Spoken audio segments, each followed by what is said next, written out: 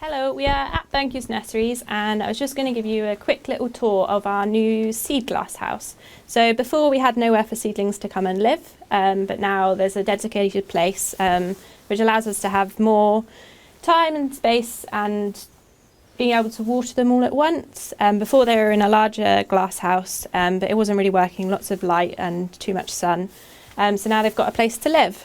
So I'll just give you a little tour around what we're growing. So growing a lot of stuff from seed that we collected at Cressy and here at Burncoose.